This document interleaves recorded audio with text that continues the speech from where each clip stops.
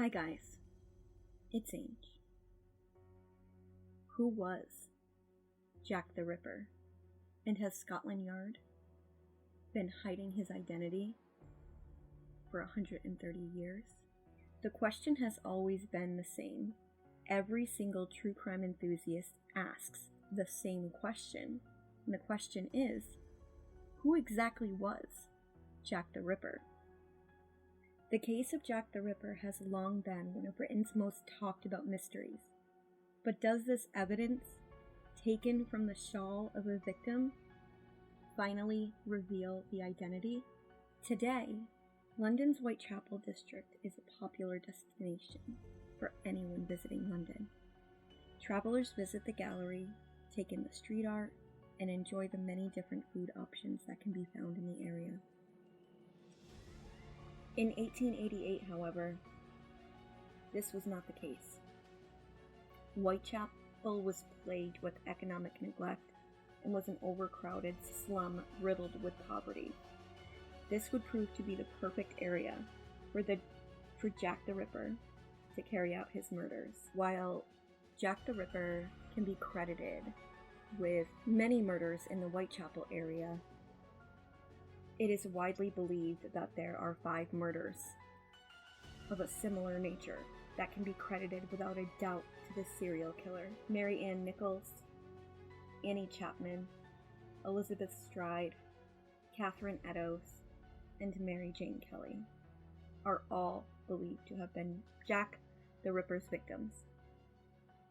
The 5 women were all brutally murdered. Incisions to the throat and abdomen were something of a trademark for Jack the Ripper, leaving no doubts as to why he quickly spread fear and panic throughout the area.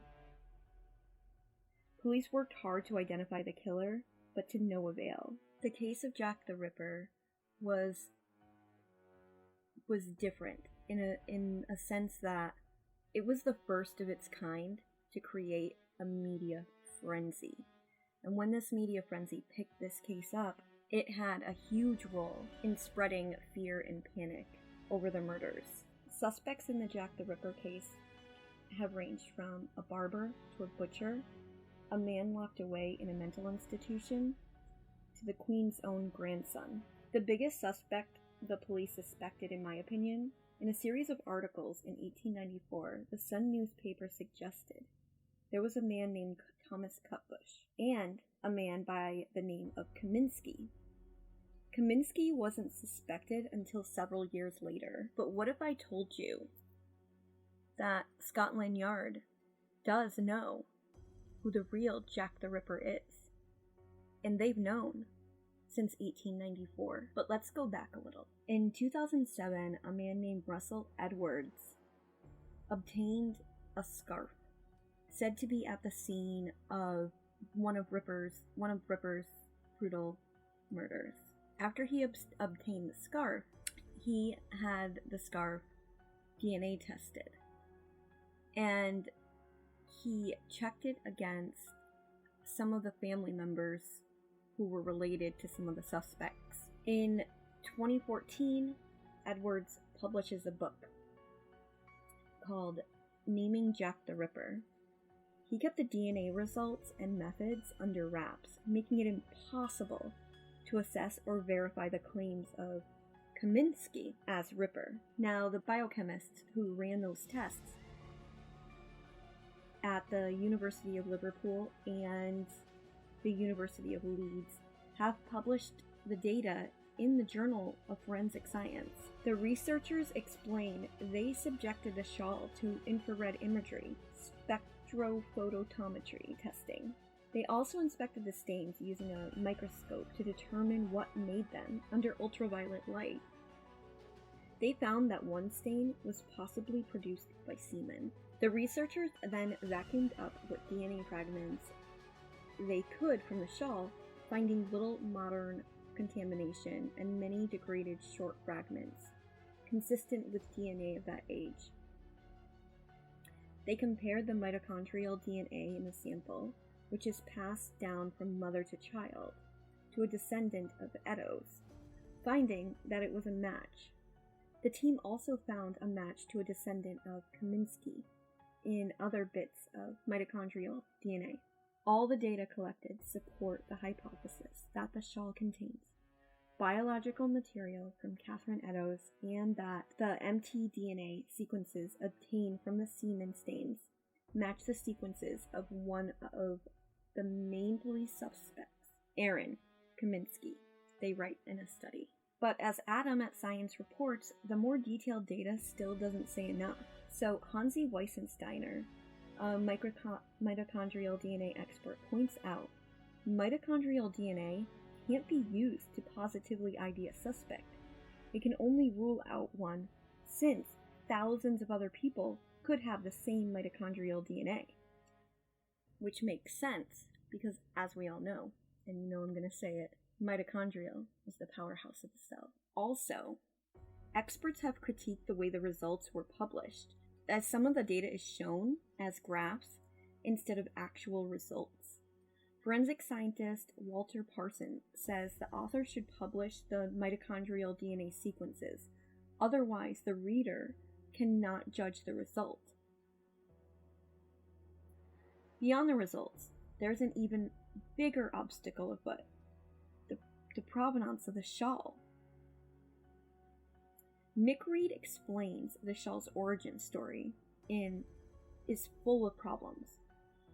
Was the shawl even picked up by the Metropolitan Police officer Amos Simpson at the crime scene that night? Even if that were true, whether this scarf is the authentic one is up for debate.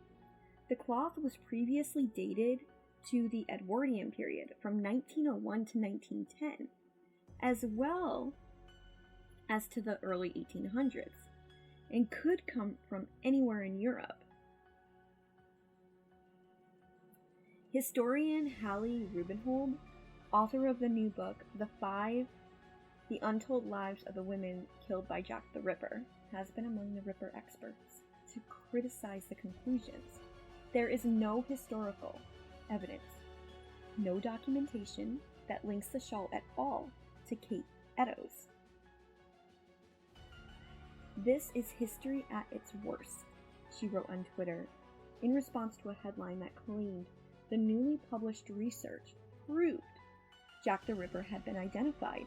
While it seems there is no way we'll ever know for certain who the murderer was, Rubenhold makes the case that it doesn't matter at all that much. What she prioritizes are the identities of the women he murdered, whose names we have record of. Rubenhold's research dedicates a little space to the man who killed her subjects and the gory manner in which he did so. Instead, it shifts the focus of the Jack the Ripper narrative to the lives, not deaths, of the victims.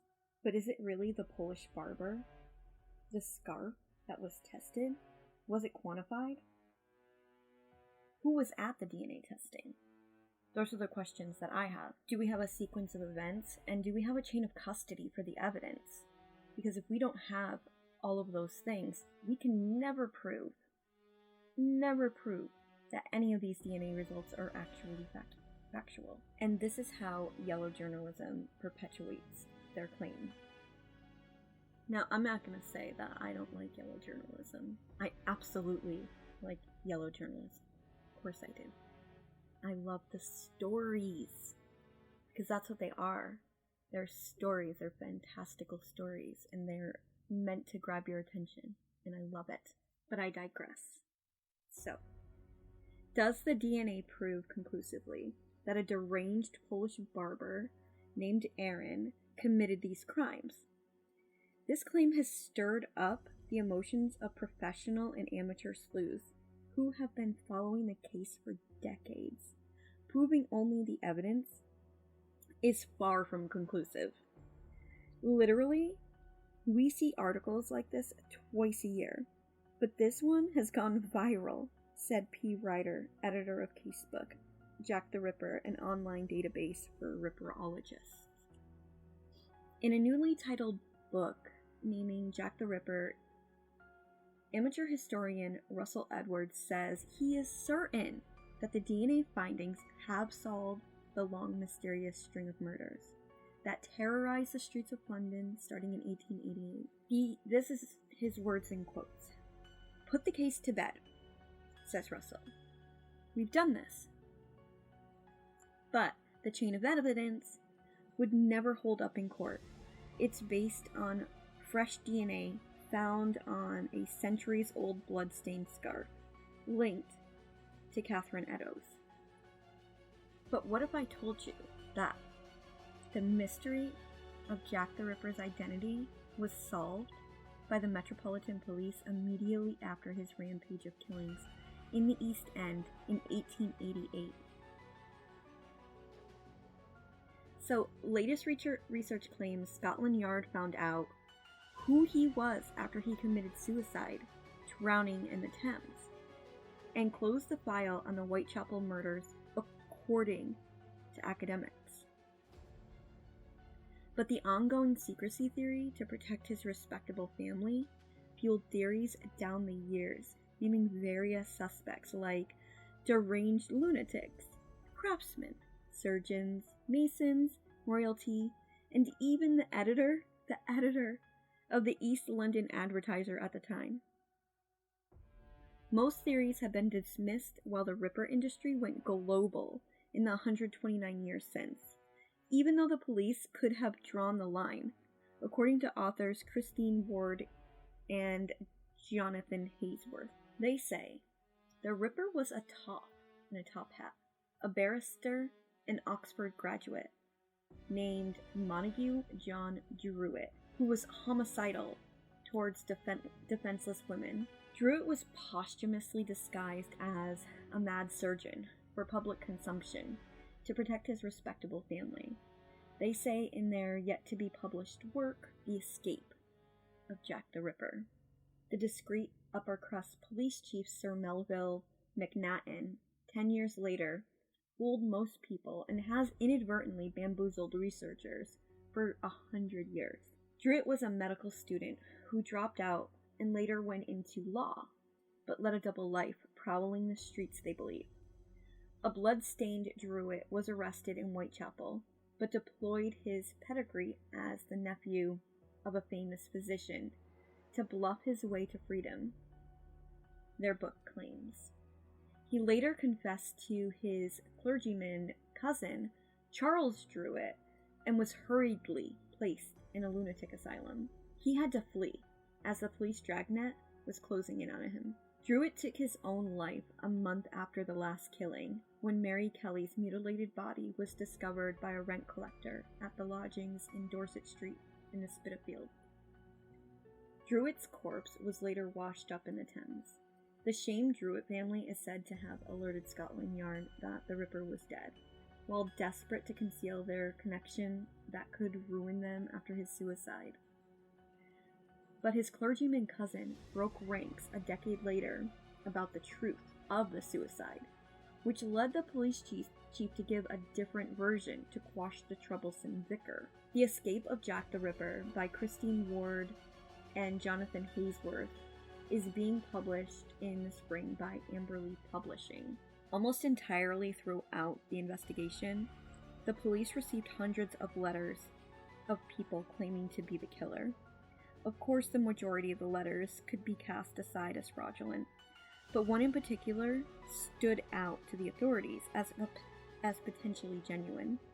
A letter addressed as "Coming from Hell" was received by George Lusk of the Whitechapel Vigilance Committee. The letter came with a small box containing half a human kidney, and it claimed that the other half of the kidney had been eaten. So, what do you think? Was Scotland Yard complicit in hiding the murderer's identity for 130 years? Or is historian Russell Edwards actually correct? Did that shawl actually belong to Catherine Eddowes? Is that DNA truly the DNA of Aaron Kaminsky? Or is the identity really Thomas Cutbush? This is why I like Thomas Cutbush for the Ripper killings.